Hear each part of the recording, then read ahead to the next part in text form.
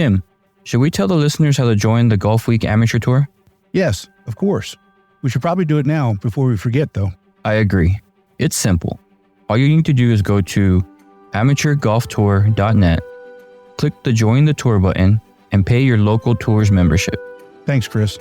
Membership for 2024 is open, so register today to join the oldest, largest, and best amateur tour in the country. And remember, this podcast can be found on all the major platforms, so make sure you like, download, and share it with all your friends and family.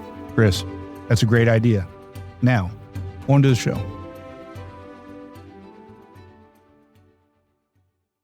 Hey, Chris, welcome back. We've got our first two regionals under our belt. Yeah, that we do. The roller coaster ride has started for all of us. Now we're going to start tournaments, and before we know it, we're going to be talking about national championship coming up once again, just like we started the podcast. Yeah, let's hopefully it warms up around the country first before we can get back into October, because I know the out in Vegas it was a little chilly. Here in Hilton Head it was nice for the icebreaker, but Vegas was a little chilly.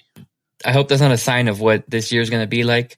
A couple years back, we had the Beat the Heat tournament, which usually we go up to the mountains and get away from the 100-degree weather we have here in El Paso. And that weekend, El Paso got into this low 80s, and where we went in the mountains was in the hundreds. So hopefully this isn't a sign that we're going to have another one of those years. Yeah, let's hope not. What we don't want to have is rainouts and cancellations, and that just makes for a nightmare for us and for the players.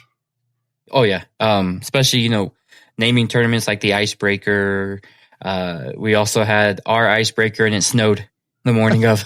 So I think I'm just gonna stop naming names, things like that, and start naming them after people, because I don't think that will hurt us. Yeah, there you go. Well, let's just have all good, positive thoughts moving forward. Definitely. It's going to be great weather, great golf. Can't wait to see these low scores coming in.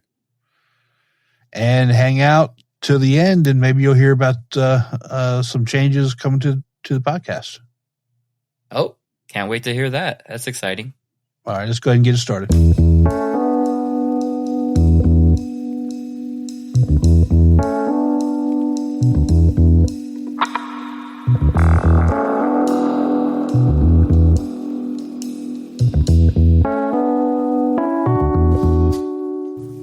Welcome to the Golfweek Amateur Tour, the podcast. We are your hosts, Tim Newman and Chris Rocha.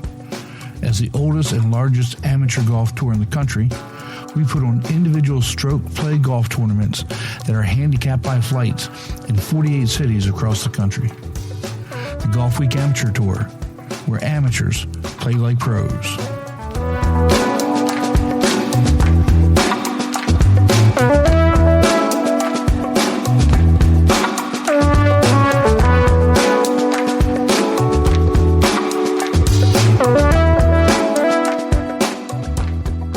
Well, welcome back, everybody.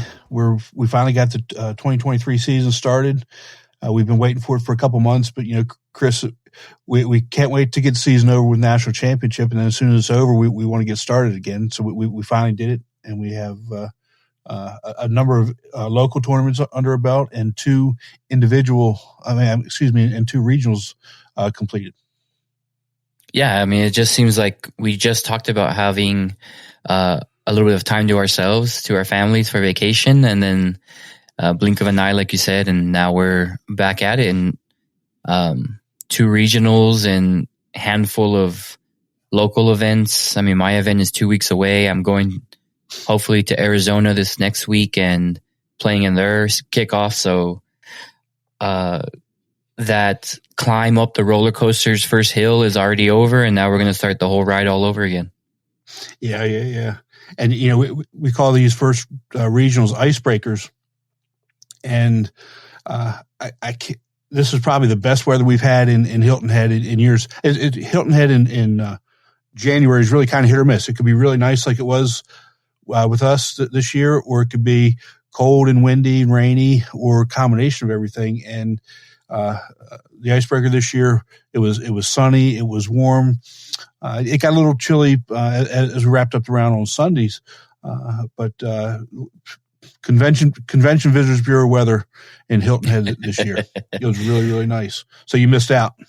Yeah, it sounds like a blast. When you say the icebreaker, everyone automatically thinks it's going to be cold. So it's nice to have some nice weather out there to be able to play. Yeah, and I know we're going to talk about the Western icebreaker here in a little bit. It's cold out there, so I'm glad I didn't go out to that one. But anyway, let's talk about some of the winners. Because again, the winners of the regionals are they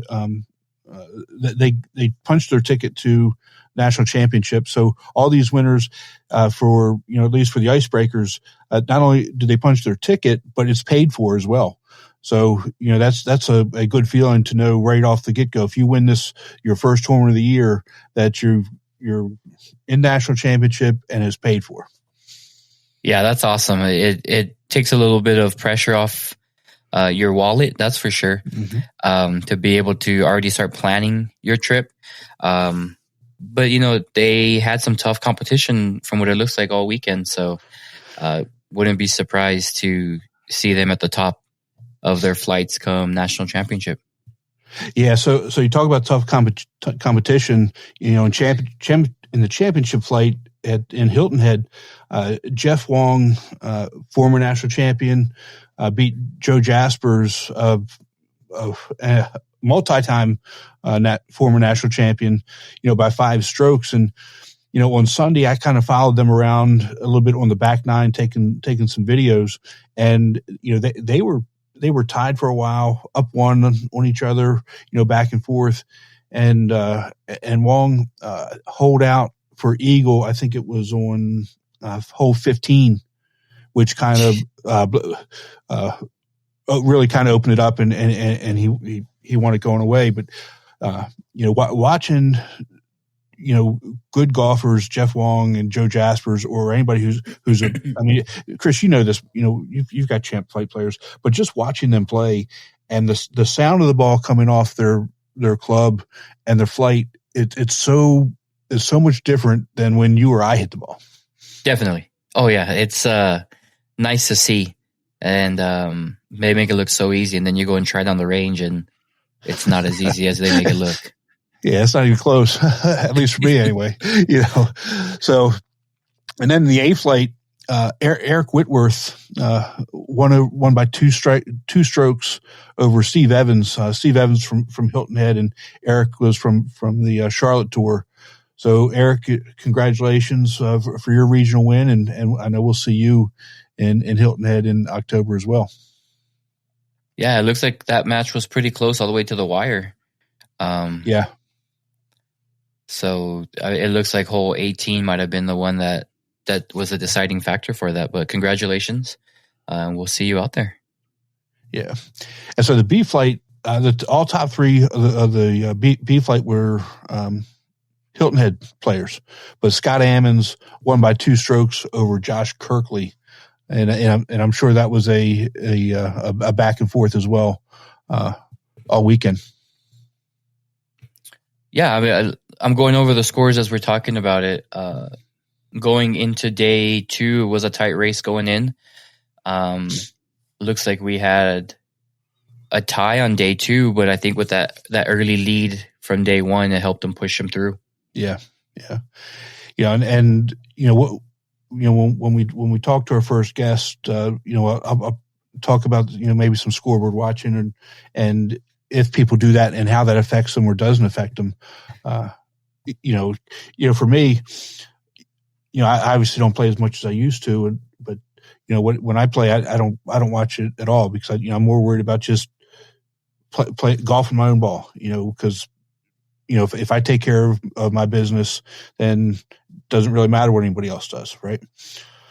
Oh yeah, I'm the same way. I don't look at the scoreboard unless somebody tells me, or if I know I'm having a good round and I need to see if I need to make a move the last 4 or 5 holes, then I'll look. But until then, I don't even know that the scoreboard exists. Right. And then we look at the C flight. Now, C flight was really close as well. Bill Kubik from Eastern North Carolina won by 1 stroke over John Page from Charlotte. Let's take a quick break and hear from our sponsor, Srixon. A great iron set needs more than good looks. It's gotta be fast and gotta be pure. But good looks never hurt either. The all-new ZX Mark II irons from Srixon. One stroke, that's nerve-wracking. Trust me, going in the last couple of holes, that can be nerve-wracking if you're looking at the scoreboard, know you got that one stroke lead. So hats off to him for keeping up the composure and finishing off that very tough 2 days, it seems like. Yeah, and then the D flight, Melissa Williamson from the DC Metro Tour won by one stroke over Jeremy Harper from the Arkansas Tour. And let's just go ahead and welcome Melissa in. Melissa, welcome to the podcast. Thank you. Congratulations. Thank you. So you've got a good story. You've got a friend who's been on the DC tour, Keith G. Bear, you've known him for years. He's been after you to join. And this was your first tournament. Yes. So congratulations on your first win. Thank you. I was not expecting it, but that's the way to start off your career on Golfweek. Yeah. And so again, you've been friends with Keith for a while, and he's been after you to join for a while. What took you so long to pull the trigger? Well, Keith, I've played with Keith for, I guess, about 7-8 years, and he's been asking me to join. And Keith is such a good golfer, so I just thought everybody on this tour played like Keith, and I'm like, where would I fit in on this? They're going to look at me like, this woman coming here, she's hitting the ball everywhere. So I think it was an intimidation factor. And then it was about 3 weeks ago, I played in a tournament in Myrtle Beach, and I met another guy he was a tour director in Wisconsin, and he was telling me about the tour. And after I came back, I just joined, no hesitation. I said, I'm doing it. And I paid the $90. And then I started looking at the list. I'm like, regional, what is that? I think I'll play. So it was just a whim. I'm like, I'll just go. I'll just do it. I didn't even think twice about it. I just signed up and said, I'll just go. Yeah, that's definitely a good way to start. Just going out there and try and see what happens. Yeah. Yeah, definitely. And I think that's what holds a lot of people back. That they're not really sure, what it is. They think everybody's a good golfer.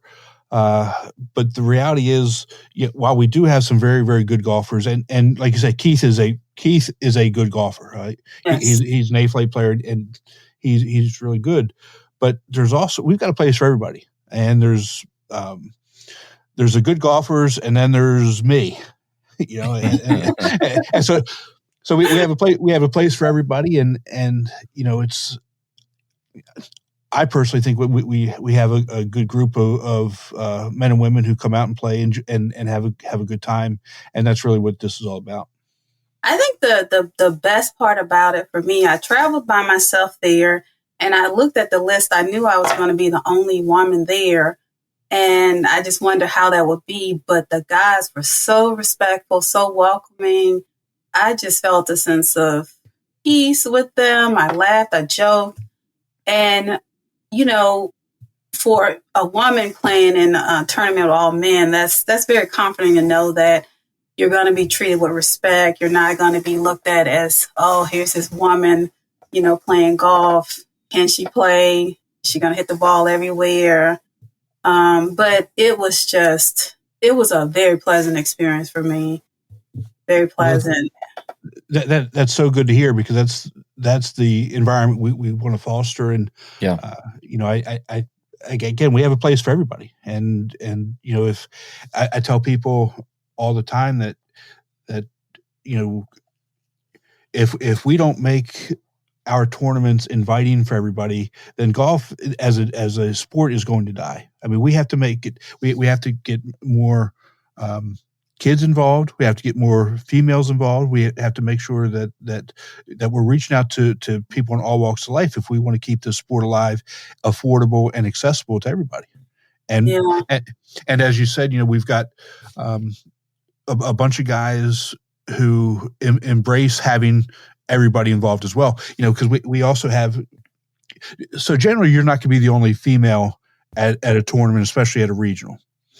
So like in DC, we have a number of females that'll play on a regular basis, and generally you have a number of females that play in the regionals. But we also have kids. We've got 10 and 12-year-olds. We had a 12-year-old win national championship in the A flight a couple years ago. Mm-hmm. We've got a 15-year-old in the B flight who's always places pretty high.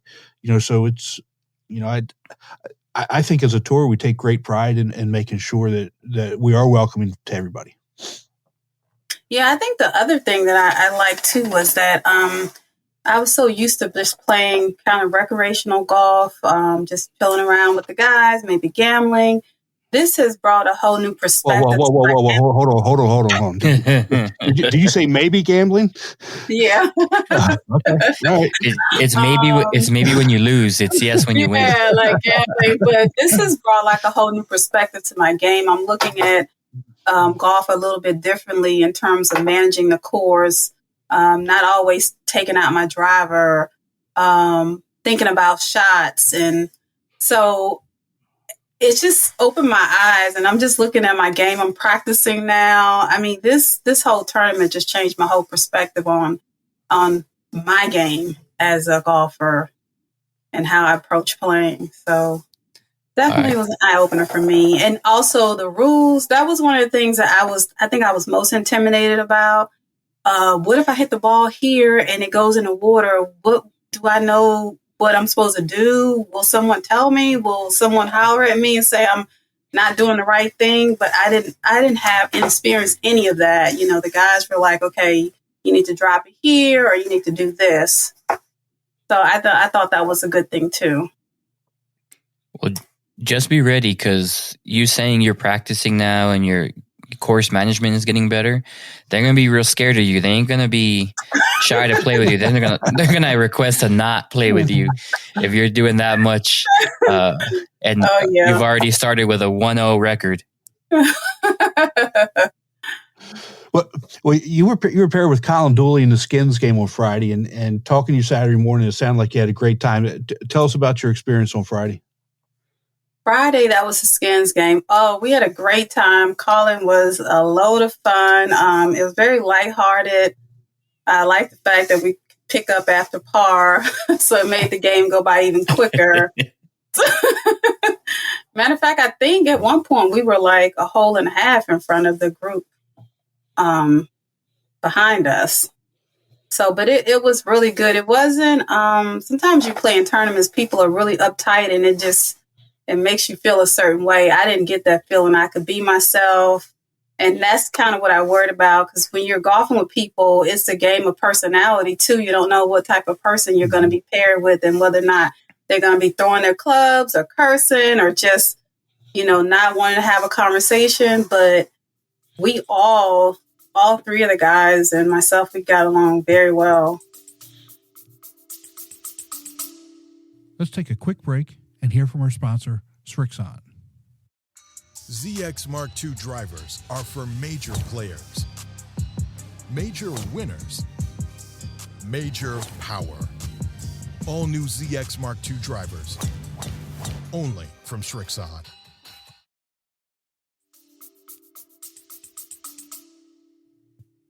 Yeah, I mean, that's what we try to have in our tournaments, is everybody feel comfortable and have a good time. Now, day one, you were at Palmetto Dunes, the Jones course, beautiful course. You ended up shooting a 99 for your first round ever. What were some of the highlights of that round?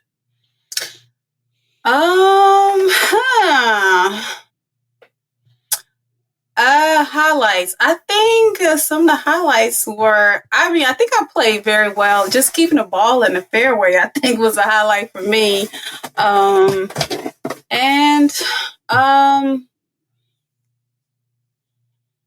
Just the course. I was just in awe of the course. That was a very big highlight for me. The Trent Jones course. I love the Robert Trent Jones courses. I'm from Alabama, so we have a one there that I play at quite often. So, yeah. Yeah, that course you can get caught up with either watching the scenery or actually playing your round. So I know exactly what you're talking about there. Yeah, the hole number, I think that was hole number 10 on the water. Mm-hmm. Yeah, I had to run over to the beach and take a picture. So I think that was a big highlight. Yeah. Yeah, I really like the back nine of the Jones course. It's so scenic and nice and open. You don't. You can be a little bit freer with your swing than you can on the front nine. Yeah, definitely. And so you're going into the second round and you're in second place, but you're only six shots back. What were you thinking, and what were you planning for your approach to be?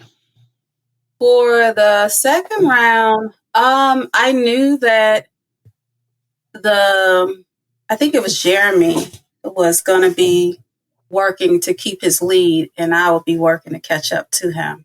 So I wanted to go out strong to send a message. And I started off very bad. I was hitting shots everywhere. But I knew once I connected because I hit a very long tee shot. Once I connected with the ball on just one tee shot, I would send a message to the guys. And as soon as I did that, I think they were like, oh boy, here comes Melissa with the long shots. We better work. And their game started getting a little more inconsistent. And I just started, I heard you guys talk about not looking at the scorecard. I didn't look at it, and I did not know where I was. If I had known I was that close, I probably would have synced, because then my mind would have started thinking, I got to make this shot. I got to make that putt. I never knew where I was until the last hole. And the guy said, well, Melissa, I think you won. Up until then, I didn't know where I was. I had no clue. But, I just tried to stay focused and not let, I remember on the par 5, I had a short putt and I missed the putt. It was very short and I missed it again. So I ended up 3-putting and got an 8 on the par 5. And I kind of shaked it off, and just my strategy was to play one hole and let the other hole go after I played it. So it kind of worked out well that I didn't get too emotional about missed shots. Yeah, that's very important to kind of let that last hole go, because there's nothing you can do about it once that score is written down. I tend to do that as well and not look at the scoreboard. But we mentioned, you were paired with Jeremy both days. So you all were going back and forth, and you knew what you had to do going into day 2. But how did it feel knowing that here's my goal and here's what I have to get to? It felt good. I'm an athlete by nature. I ran collegiate track at Auburn University, so I'm used to competing. So it was an adrenaline to me. It was I knew what I had to do, and I had already been practicing for like 2 months. I had made a decision. I wanted to take my game to the next level. So I had already done a lot of preparation, not knowing that I was going to even play in this tournament. So I was pretty prepared in terms of my practice. I just needed I think my nerves interfered more with my game than just the execution. It was that part of my game that I need to, I guess, practice more on, my nerves and, getting the shakes on the tee box. And so, I think that was more of it than anything. Well, if it makes you feel any better, I still get the shakes on the tee box. I've been playing this game for over a decade, so good luck with that. Let me know if you figure it out. So Melissa, you weren't following the scoreboard, but let me walk you through where you stood throughout the round. So through 9 holes on Sunday, you and Jeremy were tied. Didn't know that. Yeah, you were tied. On your 17th hole, you picked up a stroke and brought you back to being tied again. So going into your 18th hole, whether you knew it or not, you were playing sudden death golf. And I didn't know it. And so your hole 16 was your 18th hole for the day, and that's a really tricky par 4 it's a dogleg left with a tree in the middle of the fairway. You have to carry, you've got hazard down the left side. You got to carry a trap to a funky shaped green. Are you making this up? No, it's a true story. No, I actually I was trying to carry that waist bunker, and I was trying to carry it over, and I actually hit it into there, and it hit like in a funky kind of position where it was situated under the grassy part. So I think I tapped it out to the fairway and was able to get it onto the green. And I think Jeremy I can't remember what he did. I think he messed up on that hole, but I'm not sure. What did he get on that hole? Yeah. Well, you took a bogey and he took a double. Yeah. Well, there you go. Yeah. So whether you know it or not, that was really the deciding hole, and that being the 18th hole. And, whoever was keeping scores said, we think that you won. What were your emotions? I couldn't believe it because, one, I just didn't know where I stood because I thought I had made some, started off really slow. My putting was terrible because I had used a caddy too. And I wasn't used to someone telling me how to putt because I putt based on kind of how I feel. Mm-hmm. And here was someone saying, go here. So my putting was all off because I was trying to follow him versus my own feel for putting, which that's how I've always putted. So, so when they told me, Melissa, I think you won, I was like, what? So it was more of shock. I wasn't like, oh my gosh, jumping everywhere. I was like, huh? Really? So I think, just not knowing what the score was really helped me because if I had known how close it was, I would have gotten very emotional. Like, I would have got into my head too much about thinking about trying to execute shots.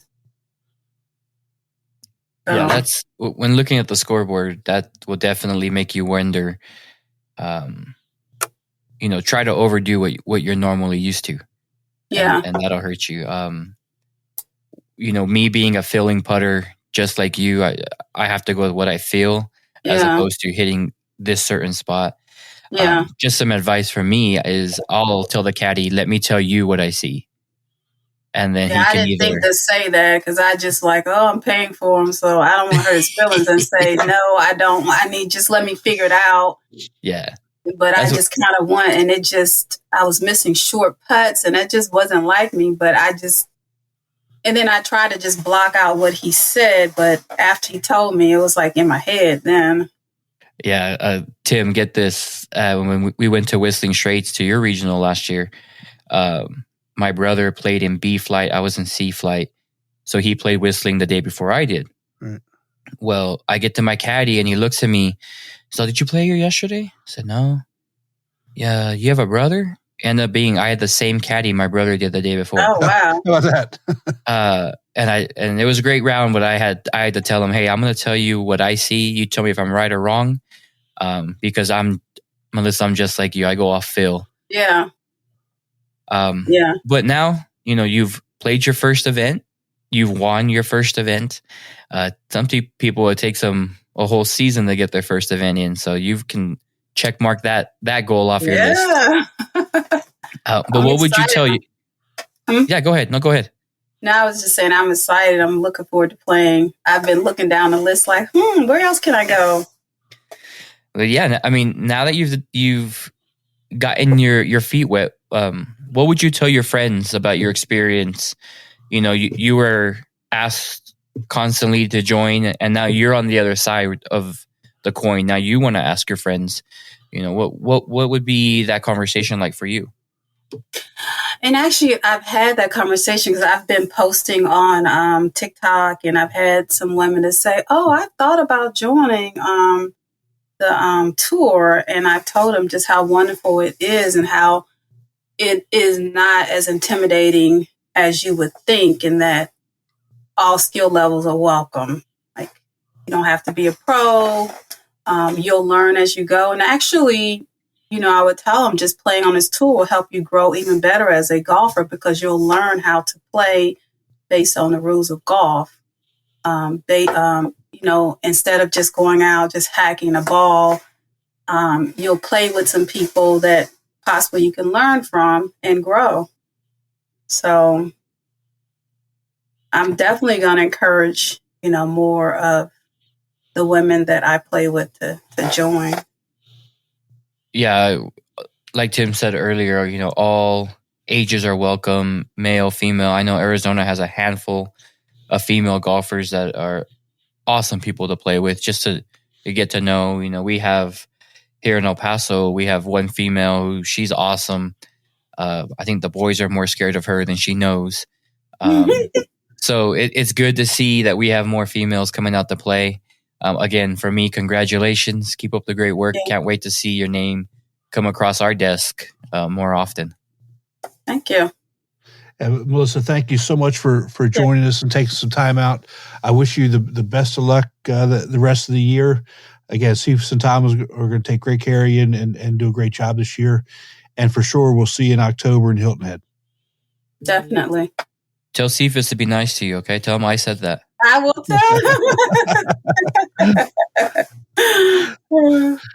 tell. Take care, Melissa. Okay, thank you. It was great having Melissa on. She really has a lot of enthusiasm, and I'm really happy that a first tournament member got a win. That's got to be a big boost for her. Definitely, and that just shows that anybody can come out and play, whether you're nervous of playing with us or not, and win your first event ever. And for it to be a regional is something that speaks for the quality of tournaments we have. Yeah, it's huge, and again, I hope she keeps that enthusiasm up all year and brings it to national championship. It's good to have females showing up and winning all the time because again, that just is more encouragement to bring other females into the tour as well. Yeah, definitely. There's plenty that I've met that scare me when I see them in my group. So hopefully we get a lot more coming. Yeah, let's hope so. So let's transition from the icebreaker in Hilton Head to the icebreaker in Las Vegas. Yeah, so they got to play at Paiute Resort in Las Vegas. From the scores I'm seeing, it was a tough match for 3 of the 4 flights. Actually, 4 of the 5 flights. Sorry, but let's start off like you said with real rundown. Champ flight. Mr. Laurie Wardner from Arizona, +2 for the 4 days, won by 11 strokes. That's quality that we saw last year, and can't wait to see some matchups come up, between my guy, HB Kim. We have all those past champions we talked about from your neck of the woods, so that'll be fun to see. Yeah, for somebody to win by 11 strokes in champ flight, that just means that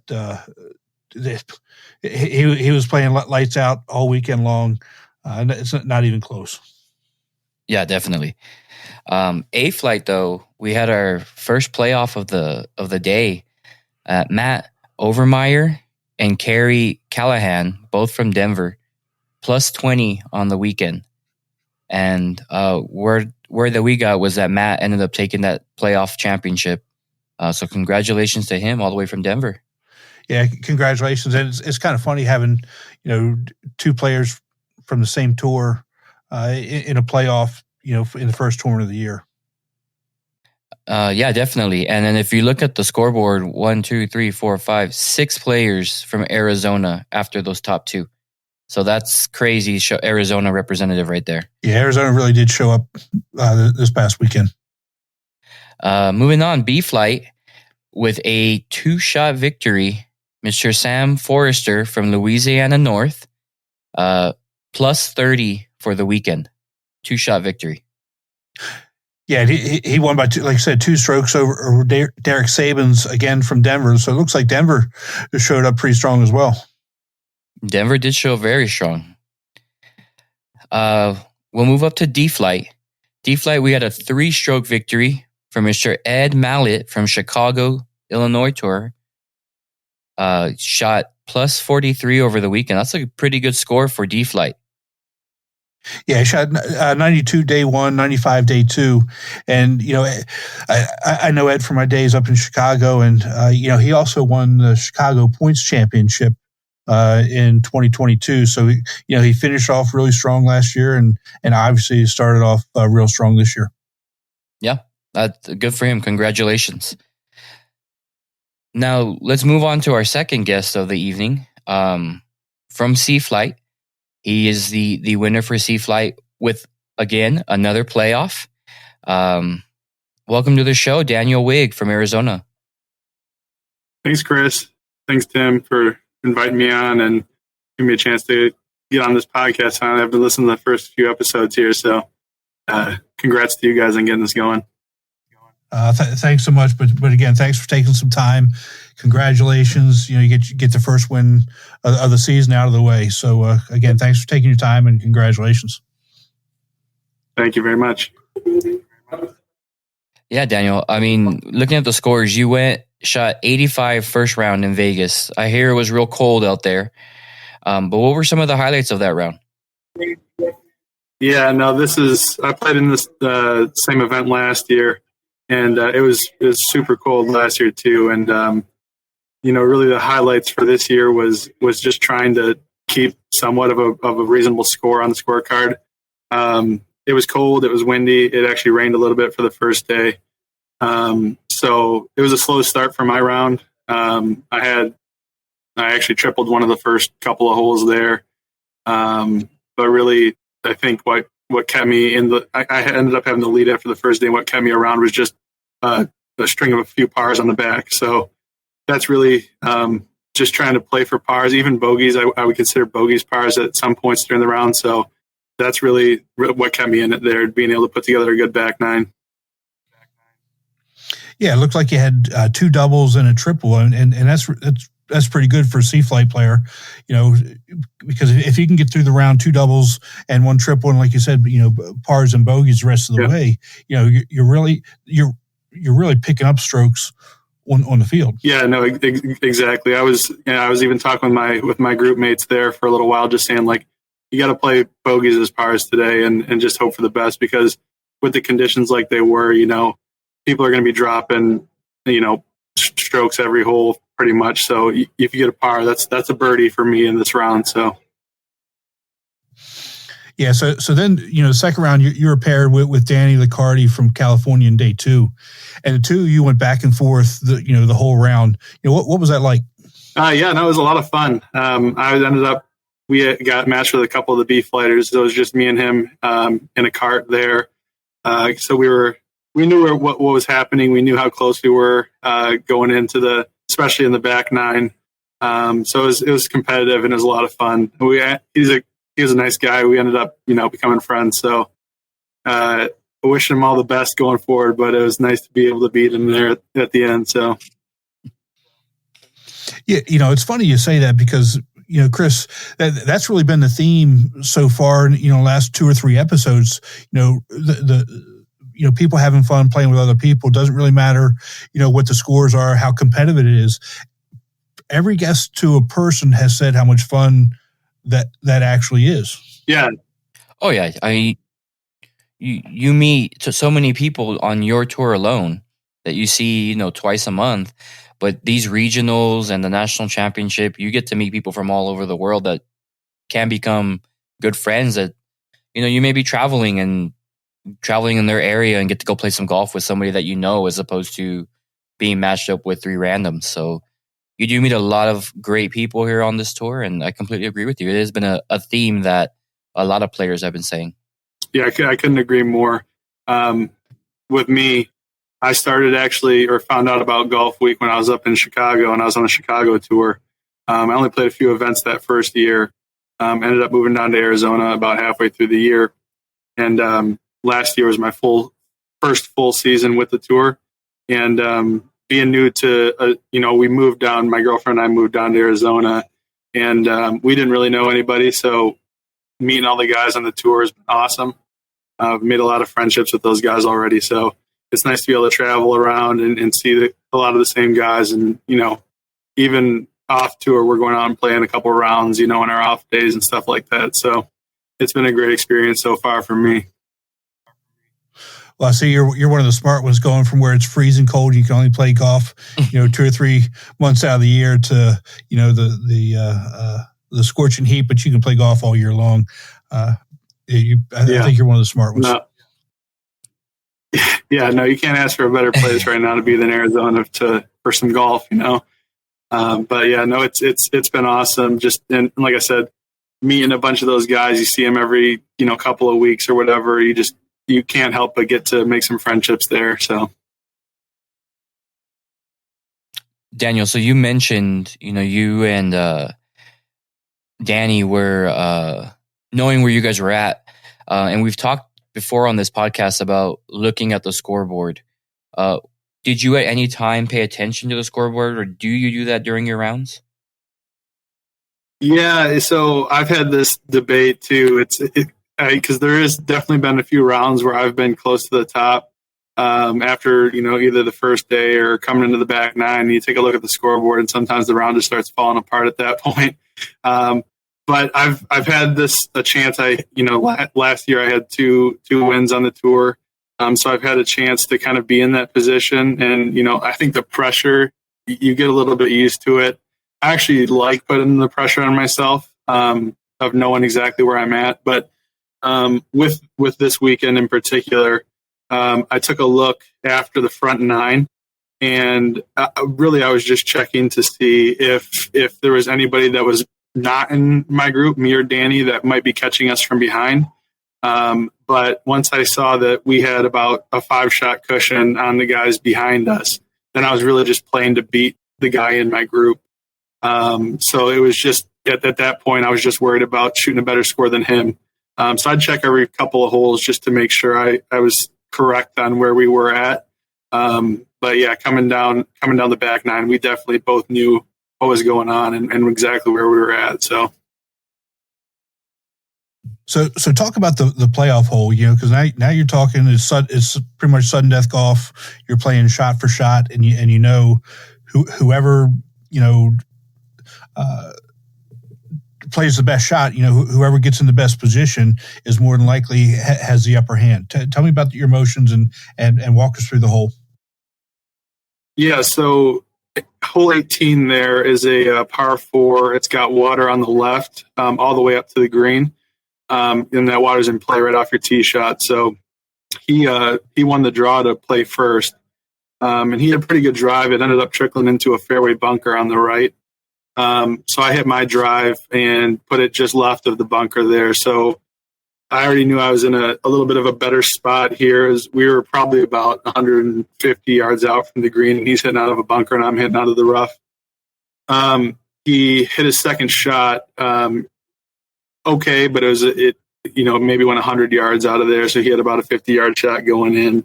And I ended up hitting my second shot onto the green with about probably a 35-footer. And those greens there are no joke. It was tough, keeping any three. I mean, it was tough keeping a 4-putt off of the card for everything was, especially this time of year. It's cold. Those greens are just rock hard. You couldn't stop a ball on those greens. So even though I was on the green, there was no guarantee that I was like in a 2-putt. And he ended up hitting his second shot onto the front of the green, had about a 40-footer. And I ended up kind of just lagging my birdie putt up there, and luckily had a tap in for par, and he picked up at that point. So, it's fun. I had last year I had a match that went to a playoff hole as well for one of the majors in Arizona. And it's an added level of pressure, but like I said, I like it. I like having that like little, rush of adrenaline there as you're putting or tapping in or whatever for a win. And to kind of go to before on hole 18, before the playoff hole, our last hole,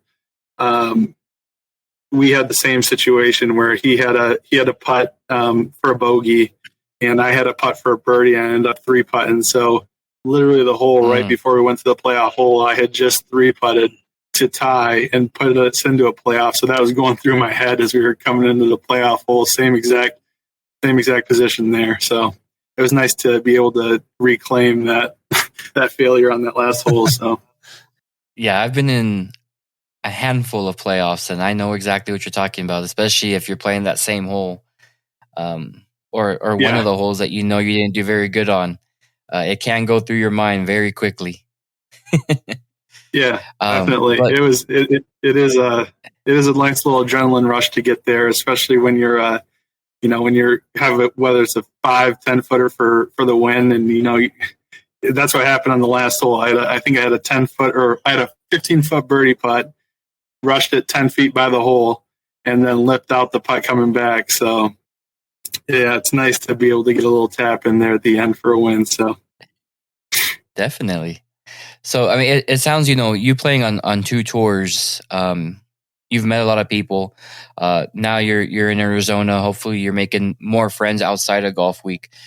But what would, if anything, would you say to your other friends, whether it's Chicago, wherever around the country, about Golf Week, or even if they're curious on giving it a try? I mean, it's been amazing for me. I think everybody should go out and at least play a couple of rounds, give it a chance, and see. I know, I played golf when I was in high school, and a bunch of my friends to this day are people that I used to play with, whether that was on my team or on opposing teams. But being able to have that little bit of competitiveness still, and that you're not going to compete every week, but being able to at least have that feeling where you're, playing against other guys that are around your skill level, and you're meeting a bunch of good guys out there. There's nothing like that, especially as we're getting older. It's nice to be able to still have, those kind of feelings for that. So, I would recommend it to everybody, at least go out with a buddy, play the first round with, a friend or whatever, and really, give it a try. It's rewarding, and, it's a great experience. Well, that's, again, Chris, that's pretty much been the stock answer, with everybody we've talked to over the last, like I said, 2 or 3 episodes. Just give it a shot. Don't worry about it. We have at Golf Week, there's a place for everybody, whether you're a zero handicapper, or whether you're somebody like me who, as Melissa says, hits the ball everywhere. It's come out, have some fun. We've got a great group of men and women that are playing, and just give it a shot. Yeah, definitely. But Dan, now that you put your ticket to Nationals and it's paid for, what are your goals for the rest of the season? Yeah, it's a good question. So I played in Nationals last year, and the difference between being in Arizona now and being in Chicago before is I get to play golf all year round. So this is really the first time that I've been able to kind of keep up my play and practice consistently throughout the year. So I can already definitely see, an improvement, not having that down season, and then having to come back after the winter and try to get my swing back to where it was. So, I would love to bring my handicap down a little bit and put myself in position to win a few more of these. But my goals really this year are going to be to travel around a little bit more. Last year I played a couple events with the California tour. They went out and played Torrey Pines. So this year I'm going to try to get out and might go up and play Big Cedar Lodge, and then try to get out to maybe to Florida and play a little bit out there. So, well, that's really what I'm looking forward to this year is traveling and keeping my swing clean throughout the year and not having to get any rust off at the end of the year. Daniel, 6 hours away going east is El Paso, okay? Just FYI. Yeah. No, I'll try to get out and play some El Paso. I know that we'll have probably the Ryder Cup out there this year, so I'll get out there for that at least. And you're always welcome out in Atlanta too. We play golf all year out here as well. So it's a little Sounds chilly good. Right now. It's a little chilly right now, but we play golf all year out here. All right. Sounds good, Tim. Thanks. Again, congratulations on the win. I'm really happy for you, and I wish you the best of luck the rest of the year. Thank you, guys. Appreciate it. Have a good one, Dan.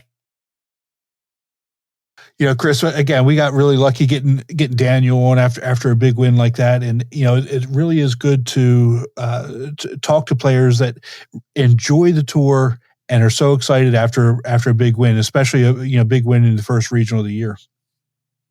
Yeah, that's the theme that we've been getting is the guys and ladies enjoying playing on this tour. I got to meet Daniel last year at some of the Arizona events and competing against him. He's very competitive, so I can tell, when he says that his adrenaline was up, I could picture him walking through that playoff hole.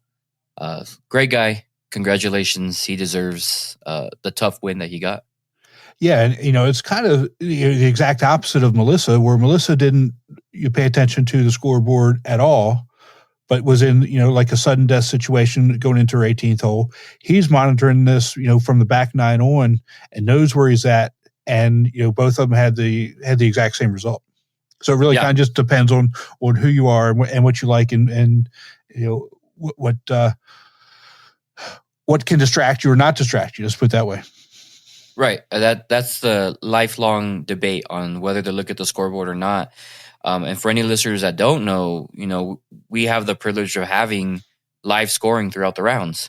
So you can just log in where you're submitting your scores and see where you're at on the standings, which is something that a lot of tours offer in their events. You have to go and look at the big scoreboard at the end and see everybody writing their numbers in. So something that is like I said, the lifelong debate between us on whether we look at it or we don't, or when do we look at it. Yeah, and it's also exciting, for people that are watching it at home. They can see, they can follow you, they can follow what's going on. I would say the only bad part about it is, if you're in a skins game and you want some money and you that's your kind of your pocket money that you don't want.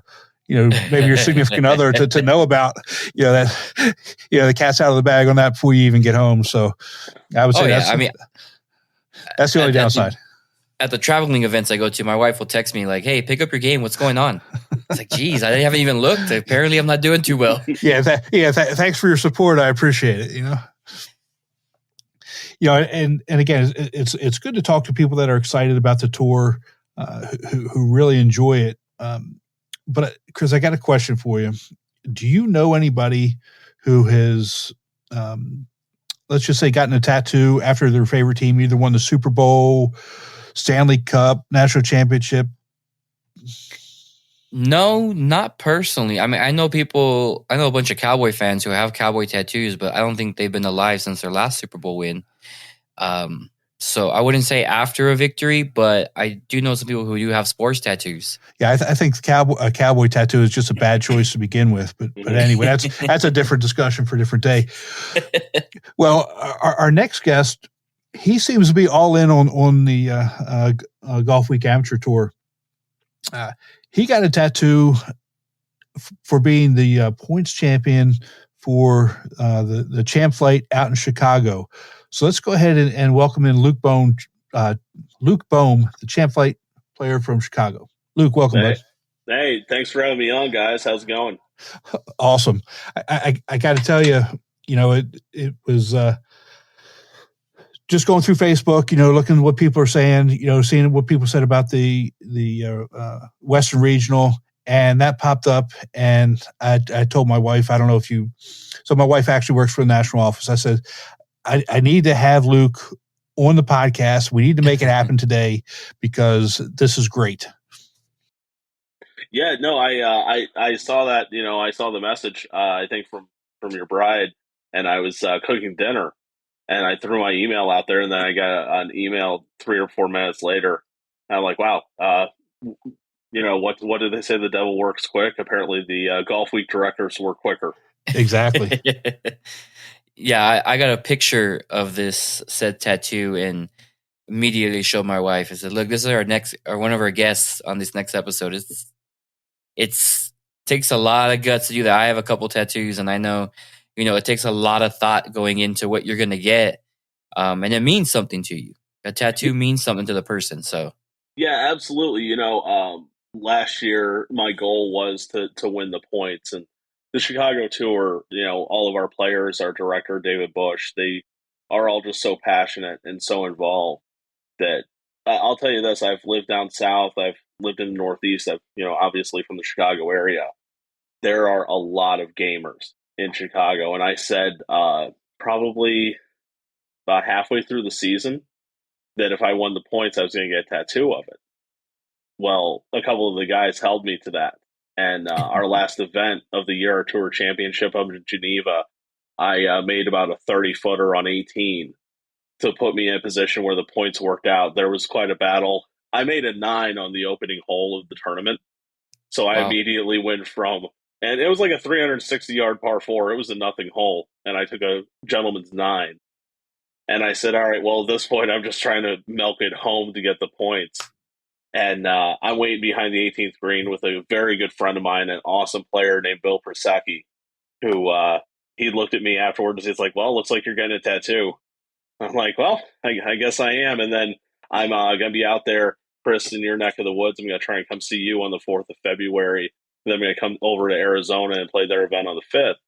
I was thinking to myself, I'm like, there's something I needed to do. I need to go get a tattoo. So talked to someone I know that's a tattoo artist, and well, we got it done.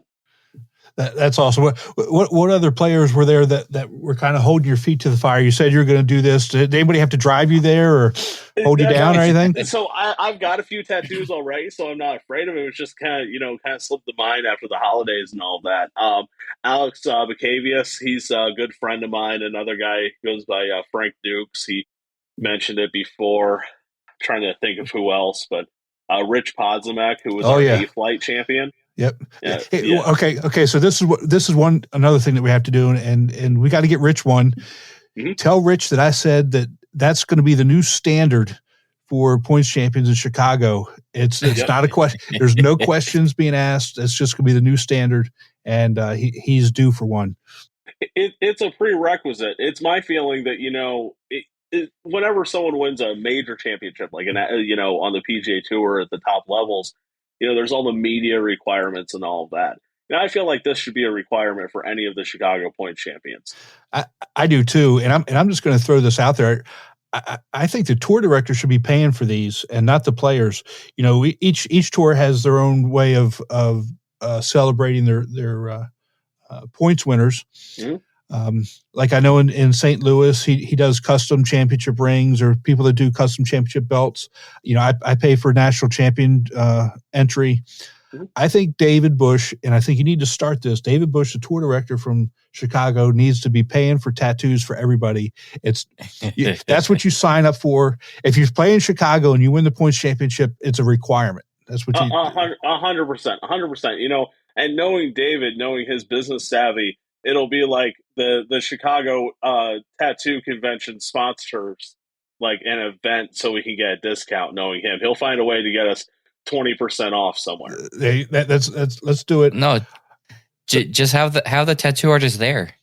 You get awarded your championship, and then you go straight to the table. There you go. Off 18 onto the table. There you go. All right, so you're going to be the ambassador of pushing this. I'm going to mention it to him. I'm going to call him tonight and say, look, this is what we decided on the podcast, so you got to do it. And so, Luke, you're going to be the ambassador and push this onto all the players. Absolutely, and I think there should also be another requirement. If anyone ever three-peats in a row, the third one's on the face tattoo, like on the side or something like that. I feel like that's necessary after 3 in a row. It's got to be 3 in a row. Three in a row. Yeah, and you can't drop down flights either. You can't win in the A flight, then handicap your way to C flight. No, it's got to be the same one. Just because you want a face tattoo doesn't mean you can go down. You got to. Correct. There's easier ways to get face tattoos. Right. Exactly. I mean, I love the enthusiasm. Obviously, it shows in your tattoo. But what gives you this dedication about the tour? Like, what does the tour give for you? So to me, it's something that's been brought up over the last few years that I think is great is just people talk about their mental health, and to me, it was the tour is a great place to come out of a shell or to get to know people. And when I started playing a couple of years ago, it really helped me kind of set some goals with golf. and really made it more competitive. I think that's one of the things that's very underrated is, there's all these different fly-by-night golf tours, not calling a few out, but that just don't know what they're doing. Whereas with the Golf Week Tour, I mean, I'm going to play Arizona, and then if my game is not totally horrific, Tim, I'm going to come down to your regional at Reynolds. Please do. February. Please let me stop you there. Let me just tell you about. I don't know if you listened to the previous podcast. We had and he undersold those two courses, especially the Oconee course. It's a beautiful place, beautiful courses. The National's a tough track. Oconee is, I would say Oconee's a little bit tougher, but you'd be missing out if you didn't come. Oh, absolutely. But anyway, I'm going to do that. Then there's, I'm close with guys in Cincinnati, Kentucky, won Columbus last year, St. Louis. Tyler does a great job.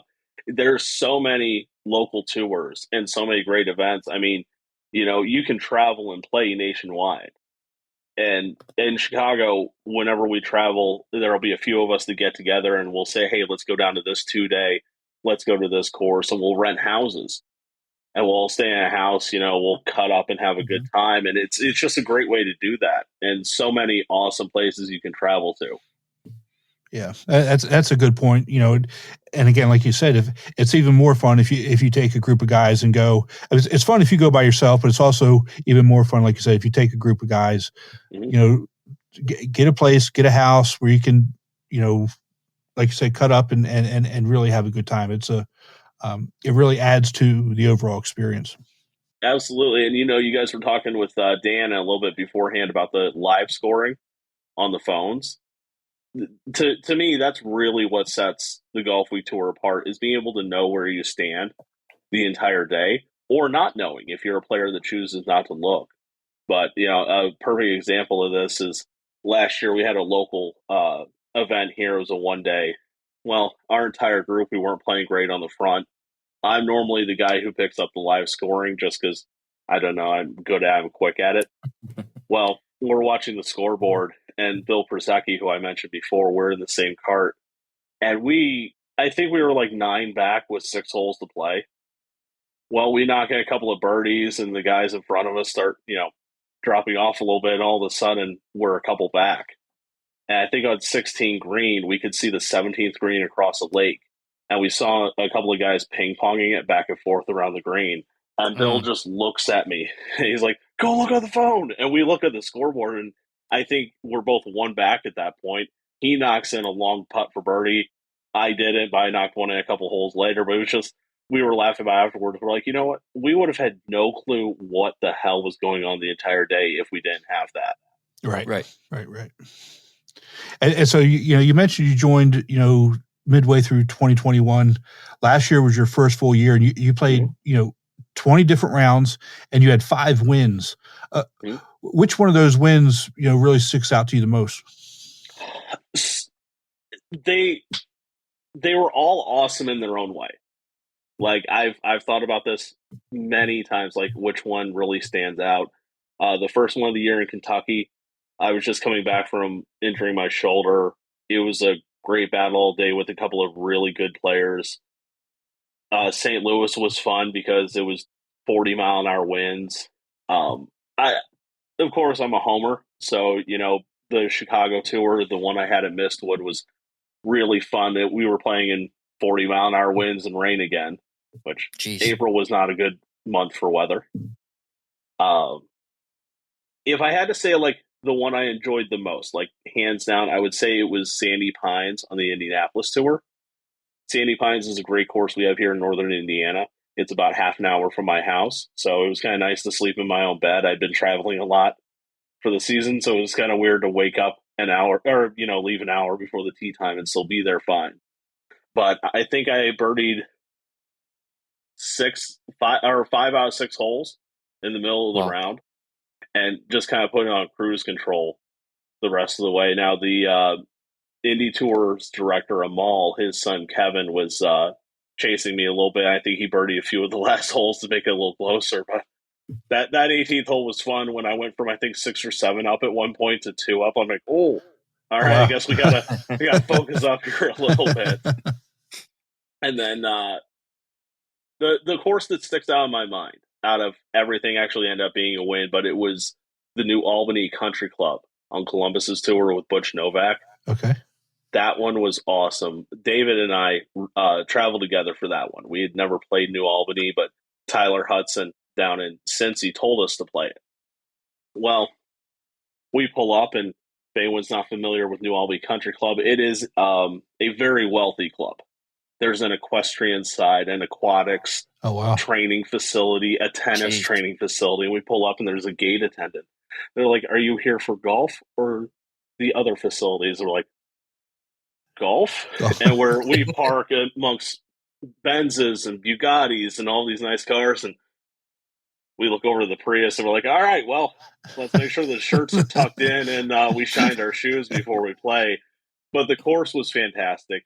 And another testament to the live scoring, I was thankful enough to find myself with a decent lead with 3 holes to play. And it was the weakest closing holes you've ever seen. I hit 5-iron off of the last 3 holes tee boxes just to put in the fairway, and just kind of bunted my way up there. I was able to make 2 out of 3 pars, so that was cool. I was able to solidify it. But that course really sticks out because it was a fantastic layout and a fantastic venue. That's awesome. New Albany sounds like one of the courses where I'm not even allowed to think about driving by it. They just keep on going. I'm pretty sure. I'm pretty sure when you pull up to talk about playing outside of an event, like for membership or whatever, you've got to mention how many stocks you hold. I think there's a threshold of how many stocks you have to join there. Got it. But that's all right. But that's another, beauty of the tour is you get to play some of these, private country clubs that you wouldn't normally get a chance to play. Exactly. I mean, that's the incredible thing about it is, we go from public golf courses where it's $50 for greens fees and the course is in great shape to these private country clubs that you would never think about getting on. I mean, like, for crying out loud, look at the regionals. We're playing TPC Scottsdale, Whistling Straits. It's crazy. Oconee. Mm-hmm. Like, the amount of courses that are just top notch on the schedule is kind of mind boggling, especially this time of year. Because, for us in the cold months, all we can do is stare at the schedule and hit refresh and hope that another 2 are updated their list. Well, there is a solution to that. And like I said, our previous guest, Dan Wigg, figured it out pretty quick. So I've been down south for 8 years now. I lived in Pennsylvania, so not nearly as cold as where you are, but, we could only play, let's just say from March to November, really. And that gets to the point where I say, man, I'm out of here. I'm going someplace where it's, it's in the winter months, it's not cold, but it's you can go outside in shorts and maybe a sweatshirt and still play golf. Now I will knock on wood. We've been able to be outside for pretty much most of the winter here. We've had an unseasonably warm winter. I've gotten a few dollars off of David Bush. When he listens to this, I know I'm going to get a text about this part here. But we got out in December. We got out here in January. We were talking about playing today, but the wind's just a little too cold for it. Well, God bless you. So I gotta come get beat up by your guys' tour, being out all year. Okay, come on down. I'll get some good guys to come out and play. Oh yeah. You've got one guy who shoots 65 every time he plays. So I do. HB. I'm going to have to try and get him out. Smoke. No. That's why I was telling David though. I'm a 2.9 handicap on the tour. I'm like, oh man, I got to sandbag a little bit here. The first couple of events that don't get points, I got to get that handicap up so I can get away from you guys. Well, now that you're on the podcast, a lot of your fellow competitors are going to be listening because they want to see what you say. But let's throw it out there. Who is the biggest competition week in, week out with you? Oh, with me in Chicago? Yeah. With you and your Chicago guys. Other than myself, for me, that's the thing about it. That's the thing about the Chicago tour. Like, I wish I could pinpoint someone and be like, oh, I'm better than them. I'm not. It is just genuinely a week-to-week basis. if I just had to rattle off, we'd have Alec Bucavius, who is a really good player. He won in Geneva. Honestly, if he decides to really step on the gas and practice a lot, then he's going to be a world beater. We've got Frank Dukes, who won 2 majors this year and won at Prairie Landing, a course that I cannot stand, and that is public information. We've got Bill Persecki, who he is always right there. The score is 4-2 in the head-to-head matchups between us, and yes, we keep track. Nick Lannis, who's been around on the tour for years, another great player. Joe Kent won a couple of times, beat me in a playoff. If I had to say there was one player to watch other than Alex, watch out for this kid, Christian Wakeford. He's playing Reynolds Lake. That's going to be his first regional. Watch out for him. I think he's 18 now. A heck of a player. And I'm really interested to see where he takes it, because I think he's playing in college this year, and I really think that this kid could do something. Well, I've written his name down, so I'll make sure that he's on my watch list. Absolutely. He and I are talking about playing a practice round, actually, at Reynolds before the whole thing gets going. Okay. Yeah, we'll keep an eye out. Maybe we'll have him on the podcast one day. Oh, definitely. I mean, he is a good player. He can hit it well. He and I played together at Schaumburg back in July, I think. He beat me in a playoff, as a matter of fact, but it was a tough day, and it was interesting to watch, because I think on the 13th or 14th hole, he had not the greatest of 3 putts. It was from about 40 feet. It was a 3 putt. Probably should have not made bogey there.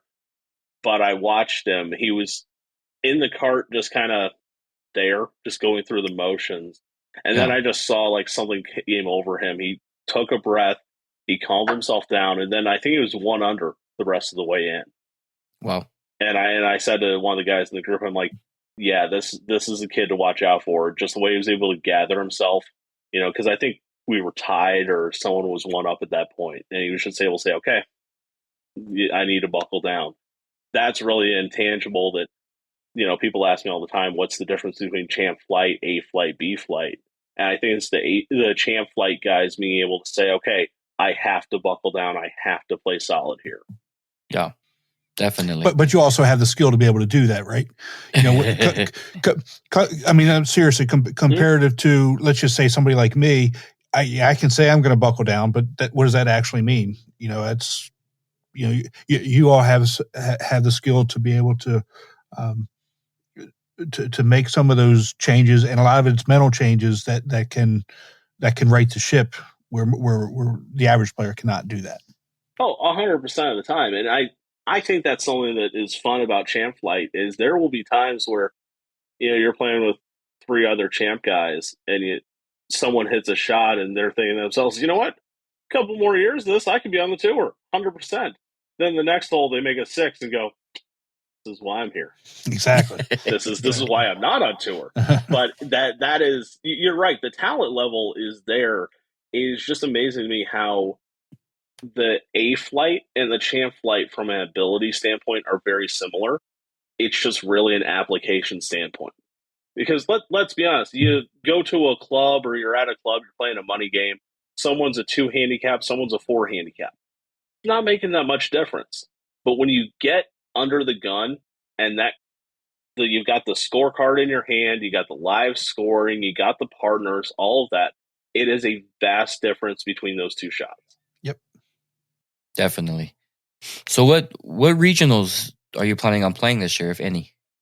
So I'm definitely going to play Smoky Mountain, the Sequoia course. I played that one a number of times.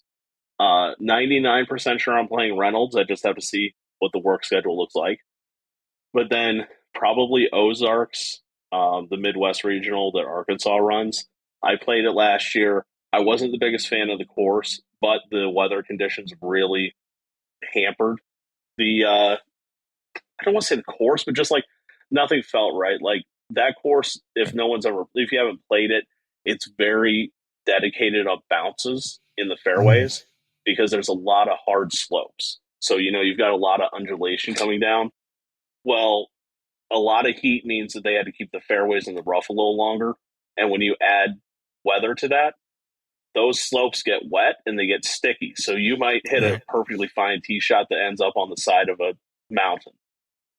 I want to play that course again. I want to play that event because I really think that, different weather and all that. And it is just one of the best events you could have. It was run great. Just weather conditions, I think, really got them. Right. And then I'm going to support them all with French Lick in September. Okay. I've heard, Chris Tillery, who was on last episode, he raved about French Lick and how he's looking forward to playing it. So I'm sure, and I know Amal does a good job and has good courses. So I'm really looking forward to hearing how that one goes. Yeah, no, I'm really looking forward to that. I think I'm going to end up doing the 4 regionals this year. I've got a pretty bum left leg from some hockey injuries, so I don't know if I could do the walk at Whistling Straits, unfortunately. Well, if you think you can do it, I would highly suggest it.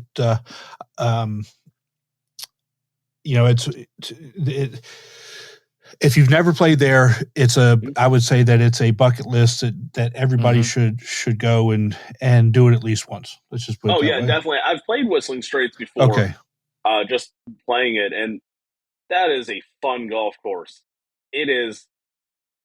I really like golf courses where the fairway is there, you know what line to take, but you can't see it. Yep. Mm-hmm.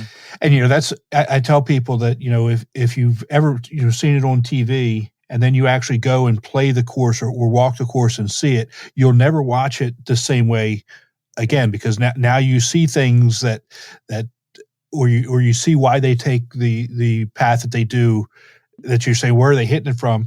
Now you can see it, and now you really can have a better understanding and a true appreciation of those types of courses. Oh, 100%. And, I want to go back just for a moment about something that Chris asked me about, the champ flight, all of that. Something that I found that was really fun last year was, a few of us would be getting together. We go play a practice round at a course, maybe the weekend before. And we would all look at the layout, the property, how water flows and all of that. And to me, it was fun seeing what the preparation for the other champ flight guys was like, because, you give us 1, maybe 2 practice rounds, and we're looking at slopes and landing areas that most people aren't. Right. Well, no, I Whistling Straits, I went last year and didn't even realize it was in the final group for Whistling Straits. But there's some holes on there that's like, all right, I'm going to go for this spot. You told me to go for here. And hope the ball lands where you want it to. So it's a great course. If anyone's considering going to that one, I would definitely consider that one because I'd go there again. But I mean, go ahead. I was going to say the end of May as well is a pretty good week for weather up here in the upper Midwest too. It might be, 70, 75 degrees. It could be 80, it could be 85, but that is one of the nice parts about the upper Midwest in the summer is it's somewhat predictable. Oh yeah. So I know we're kind of far away, but after season said and done, are we going to see you up there at the national championship? Oh, absolutely. Absolutely. That is one thing that is fun about the champ flight is unlike the other flights, it's the top 15 in points with 5 minimum of events. Again, to nationals, the other flights, it's predicated on how many are in the flight on the tour. Now, champ flight, if you can get the 5 in and you can not just totally fall apart out there, you're gonna be able to get there. So you have room next to 2022 on your tattoo to add years. What are your goals for this coming year in 2023? So my goal right now, I think I'm going to end up playing 38 different events throughout the year. My goal is the same this year as it was last year. I would like 10 wins. That is a pipe dream. That is a lot of work. That is a lot of good golf. But they're goals. They're something to work towards. I would like to repeat in points. I'm going to do everything in my power to do so. But on a more minute level, my goal is to hit at least 60% of the greens the entire season, and then try and get my handicap down to either a 0 or under a 0.5 for the tour. Okay. That's a pretty lofty goal right there in of itself. And I hope Chris Tillery is listening to this, because he set some really low bars on his goals in terms of fairways and greens being hit. So I like that you've kind of elevated that, and I'm going to make sure that he hears this.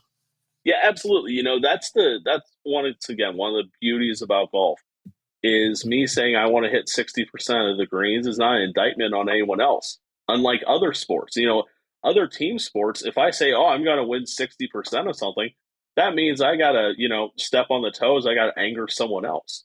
You know, for me, that is 100% on me. If I hit 59% of the greens, that 1% isn't someone else's fault. No one came out here and tackled me before I tried to hit a 7-iron into a par 4. That is 100% on me. And that is where, once again, being on the tour, you can see where your handicap is. You can see how many birdies you're making per round. You can see the ratings on courses. It is, to me, where you can really learn what is up with your game and where you can improve. Right. I like it. And do it while you're having fun in the process. 100%. I mean, like I said before, we'll travel and get a house, and, you know, we'll have a great time. The amount of guys that I've met nationwide playing different tournaments is incredible, because, you know, everyone likes to get together, and during the round there will be some fist pumps and some, you know, knuckle bumps for a couple of birdies. Now, if you're tied with a guy coming down the last few holes, your first thought might not be to go knuckle bump him. You know, if he makes a bomb on you, but you're still going to be having a good time. You're not out there in a cage death match. Exactly. Right. Exactly. Well, Luke, thank you so much for taking some time with us. I love the tattoo. We're going to get on David to make it a standard and mandatory winnings from here on out. So again, thanks so much for taking some time, and I wish you the best and hope to see you in February. Yeah, absolutely. Thank you guys for having me on, and Chris and Tim, I hope to see you guys here in a few weeks. Yes, sir. We'll talk to you soon. All right, bud. Take care. Tim, what a great guest we had with Luke. I mean, a tattoo got him basically Facebook viral to where we were able to get him on the show within 24 hours. And he, like you mentioned, you know, the comma afterwards means that he's there to do some business in Chicago. Exactly. That's dedication for you. I mean, seems like a fun guy to hang out with, fun guy to play with. But that's real dedication. And, you know, like I said, like I told him in the interview, I'm going to challenge David Bush to make that the standard for the points winners. Again, not only make it the standard, but make it mandatory for all points winners. And I know Rich Podzemek who won the A flight last year, would definitely be up for that as well. So I'll get on David about that. That would be interesting. I mean, and then we had Melissa, first event on tour, winning at a regional. I mean, that you can't make a better picture for that. And Daniel winning the Western Icebreaker Regional off of a playoff. You know, these are storybook wins that these players are going to be able to tell for the rest of their lives. Yeah, and you know, Melissa and Daniel each won by a stroke, but they each did it differently. But both pretty much said the exact same things. You know, about how much fun they had, about how much they enjoyed their playing partners, and you know, both days. And again, to me, that's just really good to hear that our players really see and get what we're trying to provide for them. Right. That's the theme that I think we're going to be going with for last couple of episodes, and probably moving forward, is how much everybody's having a good time. You know, you may have your bad round here or there, but the group in general is going to let you have a good time. And who knows, they may pick you up one round for a couple of good holes. But that's what we bring as a tour is competition golf, but not to where it's you have to make this putt or else your whole tournament's ruined. Exactly, and again, I'm hoping that, the players that are listening to this and the rest of the players across the country, feel the same way. It's not just the people that we have on the podcast, interviewed on the podcast, but that feeling permeates through all the tours at all levels. Again, it doesn't matter whether it's champ flight or D flight. Yeah, I completely agree with that. It's great to see, as a player before I was a director, that's what I would always rave about, is how much fun I would have. And now being a director, being able to hear that from my players, especially guests or new players, is what shows that we're doing the right thing. Right. And it's good to hear. But that being said, again, the 2023 season has just started. We've had a few local events and the first two regionals, but tournaments are going to start really happening, starting this coming weekend and moving forward. So,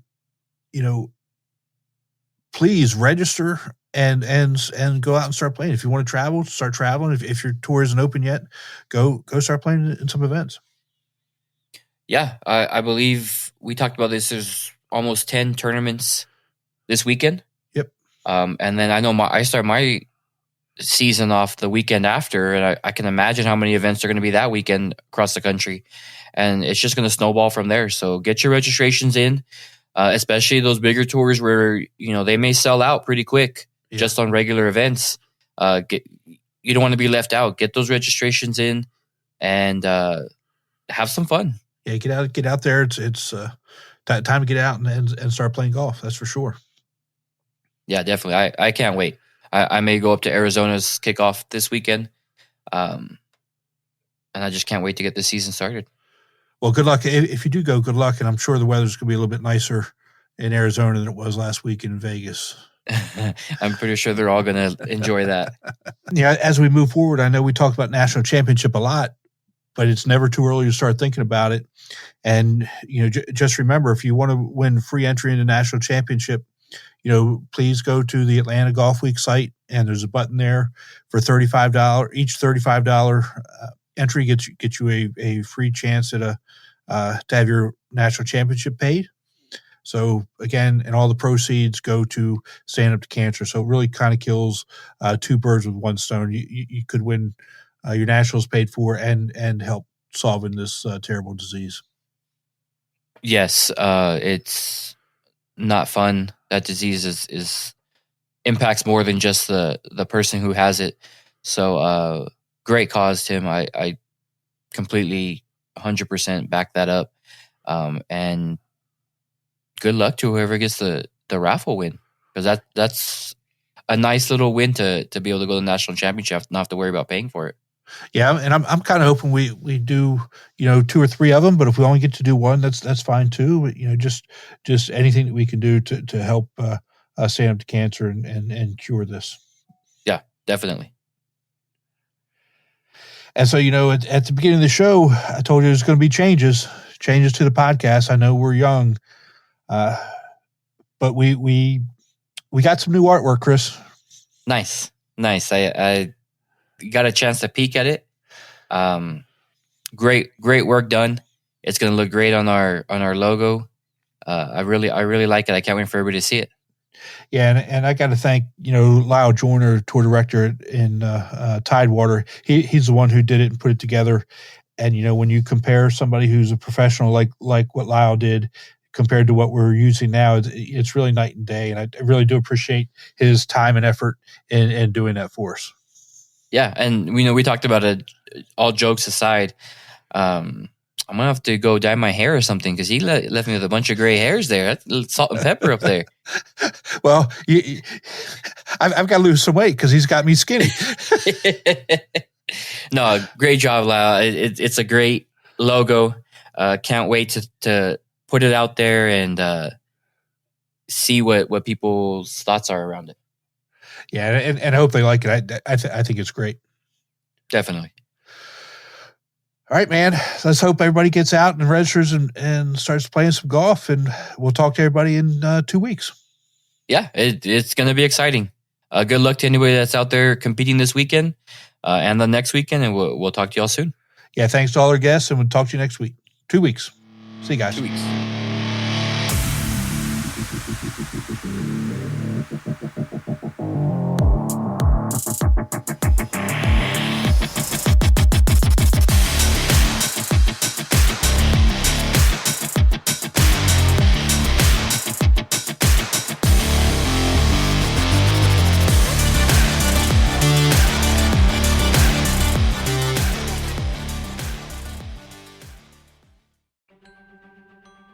Chris, we didn't do it again. What didn't we do? We didn't say how to join the tour. That's right. It's simple. All you need to do is go to amateurgolftour.net, click the Join the Tour button, and pay your local tour's membership. Thanks, Chris. Membership for 2024 is open, so register today to join the oldest, largest, and best amateur tour in the country.